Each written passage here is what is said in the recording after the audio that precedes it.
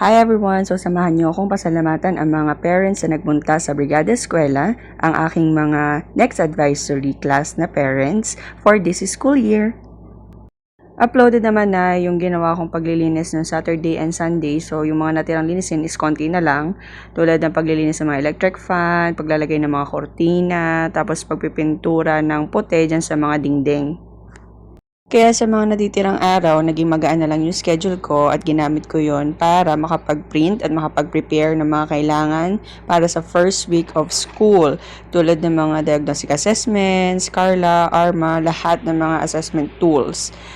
At sa mga oras na yan ay lunch break na, 11:30. So wala akong baong rice.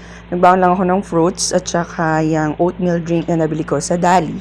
Habang tinagmamasdan ang labas at kita ko'y umuulan, iniisip ko pa paano naman ako uuwi. Mabuti na lang may kapote akong dala. Kung bakit ba naman, kung kailan ako nakamotor saka umuulan, na para bang gagawa ako ng music video ng basang-basa sa ulan tuwing uwian sa hapon. At suot ko pa rin dyan yung hikaw na nabili ko sa Shopee. Uunahan ko na kung anong halaga niyan. Yun din ang quality pero pwede ng pangharaba sa araw-araw. So, pwede na yan. So, check out nyo na.